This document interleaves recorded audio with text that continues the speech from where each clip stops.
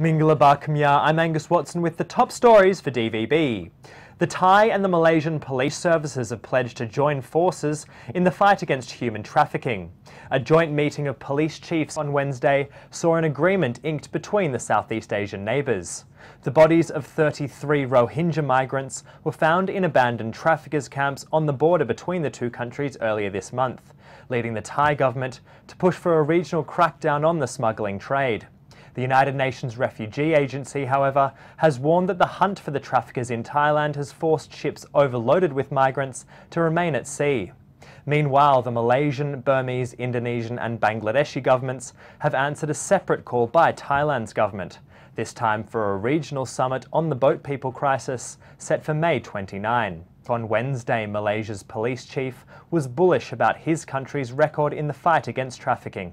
Due to our close relationship and coordinated sharing of intelligence and information, for the months of March and April, the Royal Malaysia Police has dismantled 7 syndicates with the arrest of 38 individuals, comprising of 21 Myanmar nationals, 16 Malaysians and 1 Indonesian. The conflict between government forces and Kokang rebels has intensified north of the region's war-torn capital this week. Both sides have claimed the advantage and put forward disparate accounts of what were deadly battles. On Wednesday, the Burmese army claimed that it had captured 3 mountain outposts from the Myanmar Nationality's Democratic Alliance Army. Naypyidaw admits that it suffered some losses in the fighting 50 kilometres north of the devastated town of Laogai.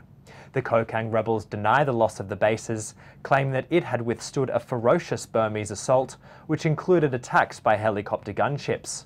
The rebels say they killed 30 Burmese soldiers in defence of the positions.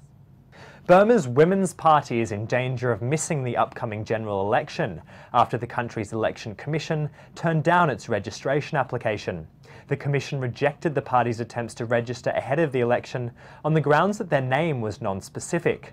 The party is considering changing its name to the Women's Party Mon, after the state where it is headquartered. A ruby found in Mogok, Mandalay Division, has become the world's most expensive coloured gemstone.